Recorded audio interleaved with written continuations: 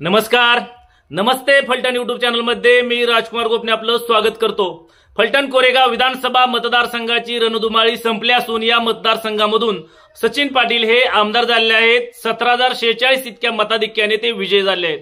या निवडणुकीनंतर आपण फलटण तालुक्यातील सर्व पक्षांच्या नेत्यांच्या या ठिकाणी मुलाखती घेत आहोत आणि ज्या काही चुका झाल्या असतील त्याचबरोबर आगामी काळामध्ये काय भूमिका आहे, कार्यकर्त्यांची काय भूमिका आहे हे आपण जाणून घेत आहोत. आज आपण भेटणार आहोत फलटण येथील फलटण श्रीराम कारखान्याचे माजी व्हाईस चेअरमन तसेच राष्ट्रवादी काँग्रेसचे दिग्गज नेते पैलवान बजरंग नाना खटके यांच्याशी आपण भेटणार आहोत, बातचीत करणार आहोत. नाना, आपलं खूप खूप स्वागत. नमस्ते. आपण या ठिकाणी या विधानसभेच्या निवडणुकीमध्ये अगदी पहिल्या फळीमध्ये काम करत होता. काय नेमकं गणित कशात नेमकं फसलं? आज निवडणूक संपून गेली, त्याचं खऱ्या अर्थानं विचारमंथन झालं पाहिजे. आणि तुम्ही चांगला प्रश्न सुरुवातीला विचारला की कुठं गणित फसलं. गणित वगैरे फसलं थोडंसं. त्याच्या पाठीमागची कारणं अशी होती की प्रामुख्यानं मला 2 कारणं जाणवतात. कार्यकर्ता हा लोकांच्या पर्यंत फेस टू फेस पोचला नाही. लोकांच्या घरामध्ये गेलं पाहिजे होतं, लोकांशी चर्चा केली पाहिजे होती, ते लोकांच्या कार्यकर्त्यांकडून होताना दिसत नाहीत. आता माझं गाव जर म्हटलं तर आम्ही जवळजवळ 450 मतांनी लीडवर आहोत. त्याच्या मागचं कारणच होतं की ज्यावेळेस आपण सूचना करत होतो की माझी तुम्ही भाषणं बघितली असतील, मी 2-3 भाषणं माझी झाली, त्यावेळेस मी प्रत्येक कार्यकर्त्यांना नेत्यांना सूचना करत होतो की आपला माणूस हा घराघरामध्ये पोचला पाहिजे, आपली भूमिका समजून सांगितली पाहिजे. खऱ्या अर्थानं महाराज साहेब असतील, बाबा असतील, आमदार साहेब असतील, यांच्या माध्यमातून आज आपण जर बघितलं, तुम्ही आता एवढं फिरताय, 5 वर्ष त्यांची खासदारकीची गेली, गावागावामध्ये काय कामं झाली, काय नाही झाली. आज जर खटकेवस्ती गावचा विचार करायचा जर झाला तर परफेक्ट आकडा मला सांगता येणार नाही.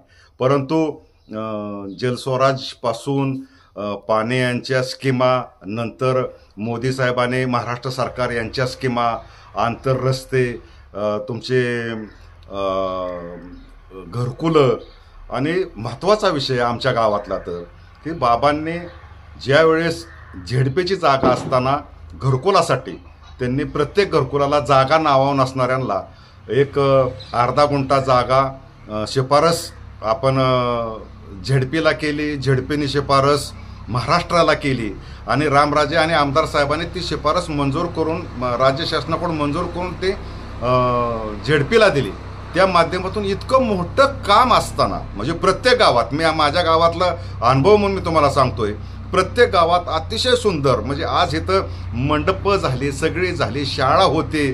आज वेगवेगळ्या कसलंही काम गावातलं राहिलंय असं वाटत नाही. वेगवेगळ्या पद्धतीने बापूराव गावडे सरपंच असतील, संतोष खटके असेल, मी असेल, दादासाहेब खटके, सचिन खटके, हनुमंत खटके, म्हणजे सगळीच इथली म्हणजे अतिशय चांगल्या पद्धतीने काम करणारी फळी. आणि हे सगळ्यांनी जेव्हापासून काम केलं ते प्रत्येक गावात झालं नाही असं मला जाणवतं. आता आणखीन पाठीमागे जाऊन आणा, तुम्ही खरं तर खूप वर्षांपासून काम करता, चळवळीमध्ये काम केलेलं आहे, अनेक निवडणुका तुम्ही बघितल्या आहेत. लोकसभेला इतका मोठं यश मिळालं होतं महाविकास आघाडीनं, आणि असं काय झालं की विधानसभेला इतक्या मोठ्या पराभवाला सामोरं जावं लागलं? परिस्थिती अशी आहे की तुम्ही बघितलं असेल, आता तुम्ही पत्रकार म्हणून काम करत असताना ज्यावेळेस निवडणूक लागायची त्याच्या अगोदरच्या 10-15 जर दिवस अगोदर आपण पाठीमागं गेलो आणि महाराष्ट्र विधानसभेच्या ज्या कॅबिनेटच्या बैठका झाल्या त्या बैठकांमध्ये आश्वासनाचा पाऊस पाडला गेला. आज आपण पाहतोय की मुख्यमंत्र्यांनी स्वतः सांगितलं की संपूर्ण कर्जमाफी, तुमच्या लाडक्या बहिणीचं 1500 रुपयावरून 2100 रुपयापर्यंत मानधन वाढवणं, अशा कितीतरी योजना, म्हणजे लाईट बिल माफीची असेल, तुमच्या सगळ्याच ह्या योजना लोकांना मोहित करणाऱ्या ह्या योजना त्यांनी ह्या म्हणजे एका दिवशी 90 100 ठराव पास केले आणि त्या दृष्टीनं लोकांना भूल पाडायचा प्रयत्न राज्य सरकारकडून गेला आणि बऱ्यापैकी त्या दृष्टीनं लोक बळी पडली असतील असं एक माझं दुसरं मत आहे. खरं तर नाना, अनेक फॅक्टर या ठिकाणी घडलं. लोकसभेला जरांगे फॅक्टर घडला होता, विधानसभेला हाके फॅक्टर, ओबीसी फॅक्टर या ठिकाणी झाला, याचा काय परिणाम वाटतोय का आपल्याला? काय हा फॅक्टर थोडाफार प्रमाणामध्ये जाणवतो, म्हणजे निश्चित खऱ्या अर्थानं आपण आत्मचिंतन करतो त्यावेळेस हा फॅक्टर जाणवतो की ह्या गोष्टीचा जास्त नाही परंतु काही प्रमाणात का होईना.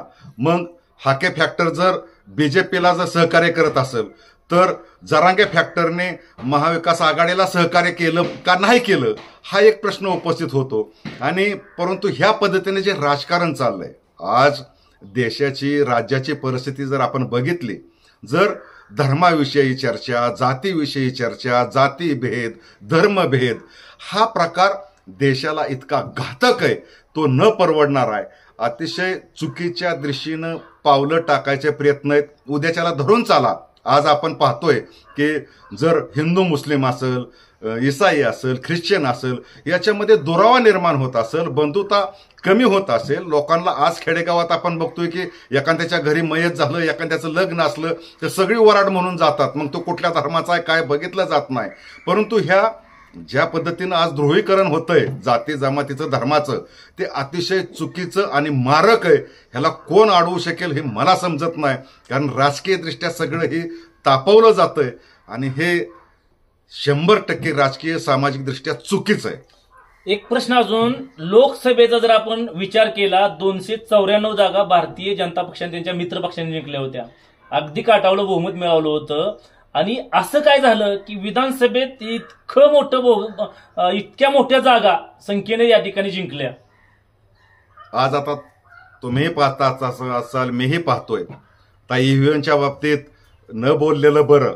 परंतु जागोजागची जी उदाहरणं डोळ्यासमोर येत आहेत, रासपच्या एका अक्कलकोटच्या उमेदवाराने क्लिप पडली होती, खरं खोटं मला माहित नाही, तिथं मतदान करून आला, त्यांनी मतदान केलं आणि त्या मतदान केंद्रावर एकही मत त्या माणसाला पडलं नाही. ज्यांनी ज्या उमेदवारी केली तिथं त्या माणसाने मतदान केलं, त्या उमेदवाराने, त्याला एकही मत पडलं नाही. अशी असंख्य उदाहरणं, आपण मनसेचं उदाहरण ऐकतोय, आपण काँग्रेसचं उदाहरण बघितलं.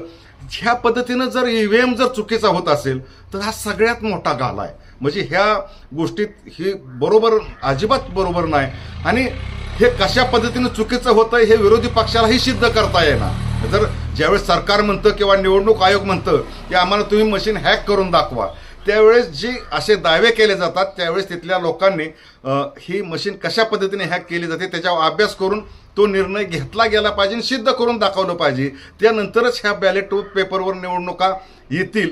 आणि मला वाटतं त्या ईव्हीएमचा एक परिणाम असू शकतो, मी परफेक्ट त्याला बोलत नाही, परंतु ज्या प्रकारे आर्थिक नियोजन, आर्थिक वापर, आज आपण बघितलं की अक्षरशः भारतामध्ये पहिल्यांदा महाराष्ट्र इतका पैशाचा पाऊस कुठं पडला नाही असं आपण टीव्हीच्या द्वारे आणि सगळ्या युट्यूब चॅनलच्या द्वारे आपण बघतो. आणि त्याच्यावरून असं वाटतं की खूप मोठा, आमच्या इथंही कार्यक्रम बघत असताना ज्या पद्धतीनं आमचं काम चालू होतं त्याच्या दुपटीनं समोरची पार्टी आर्थिक नियोजनाने तुफान ताकदीनं उतरलेली होती. आणि संपूर्ण महाराष्ट्रभरचं चित्र आहे, त्याचा खूप मोठा परिणाम आहे असं माझ्यासारख्या कार्यकर्त्याला वाटतं.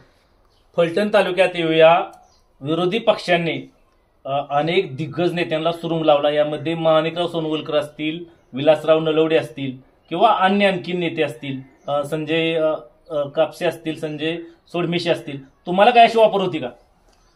नाही, माझं फलटण तालुका बीजेपीचे अध्यक्ष बैजनाना गावडे, आम्ही दोघं कायम बरोबर असतो, आम्ही मित्र आहेत, आमचं मैत्रीचं नातं वेगळं आहे.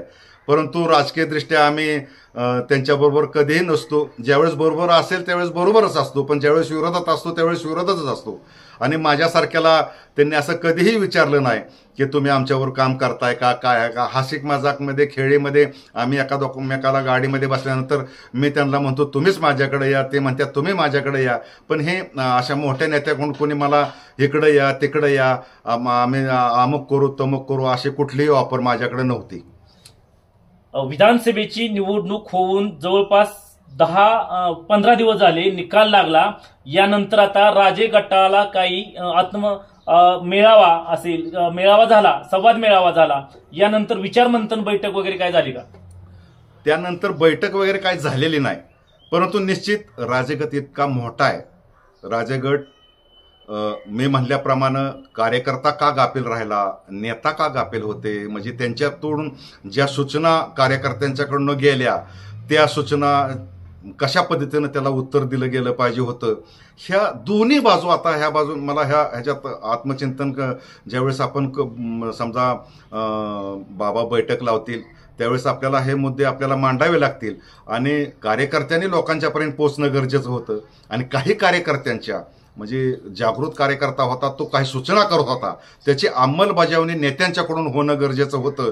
आणि खरं हीच त्यातलं आत्मचिंतन. आणि गट खूप मोठा आहे. आज जरी ही सत्ता निवडून जरी आली असली राजे गट एका मिनिटात पुढल्या कुठल्याही निवडणुका येऊन द्या, इथून पुढच्या संपूर्ण निवडणुका हा राजे गट संजीव बाबांच्या महाराजांच्या नेतृत्वाखाली 100% सगळे जिंकतील. आणि जे आत्मचिंतन करायचंय ते संपूर्ण कार्यकर्त्यांना आणि नेत्याला जी काय आपली चूक झाली ती समजलेली आहे आणि ती आम्ही दुरुस्त करून सगळ्या निवडणुका आम्ही जिंकणार आहे. तुम्ही श्रीराम कारखान्याचे व्हाईस चेअर म्हणून काम पाहिलं आहे. आता काही दिवसातच श्रीराम कारखान्याची निवडणूक होऊ घातली आहे. कसं बघता याकडे? कारखाना सुरुवातीच्या काळामध्ये ज्यावेळेस आम्हीच त्यावेळेस सत्तेमध्ये होतो, कारखाना अडचणीत होता आणि महाराज साहेबांनी बैठका आमच्या शरद पवार साहेबांच्या बरोबर झाल्या. त्यावेळेचे नारायण राणे मुख्यमंत्री होते, त्यांच्यासोबत बैठका झाल्या. हर्षवर्धन पाटलांच्या सोबत बैठका झाल्या. कारखाना बाहेर काढण्याच्या दृष्टीनं खूप मोठ्या अडचणी येत होत्या. परंतु आज हा कारखाना अडचणीतून बऱ्यापैकी, आता तिथली आर्थिक परिस्थिती नेमकी मी काही पाहिलेली नाही, परंतु बऱ्यापैकी हा कारखाना अडचणीतून बाहेर निघलाय. आणि येणाऱ्या भविष्य काळामध्ये, कारण बाबा भाषणामध्ये बोलत होते की आपण हा कारखाना 10,000 टनी करून काही दिवस आपल्याला उद्याच्याला माळेगाव आणि सोमेश्वर, आज प्रामुख्यानं पाहिलं जातं माळेगाव आणि सोमेश्वर याच्याकडेच पाहिलं जातं. आपल्या कारखान्यापेक्षा भवानीनगर कारखाना, ज्या नेत्यांचा कारखाना आपण म्हणतो, त्यांचा कारखाना 20 वर्ष झालं आपल्यापेक्षा 500 रुपये, 300 रुपये, 400 रुपये, 700 रुपये कमी तो कारखाना घेतोय त्यांच्या तालुक्यातला असून. म्हणजे 2 कारखाने सुधारले, त्यांच्या कारखान्याचं उदाहरण देत नाही पण आपल्या कारखान्याचं उदाहरण देत आहेत.